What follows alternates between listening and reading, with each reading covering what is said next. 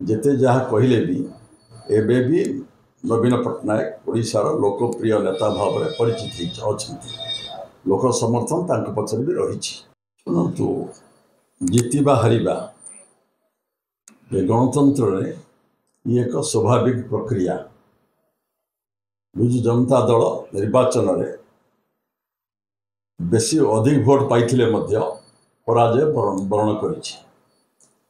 शंख भवन रे कर्मकर्ता समर्थक मानकर प्रमुख व्यक्ति मान बैठक चली दल को पुणी सुदृढ़ करने जेते जहाँ कहले भी एबे भी नवीन पट्टनायक ओडिशार लोकप्रिय नेता भाव में परिचित अच्छा लोक समर्थन तांको पछरे भी रही।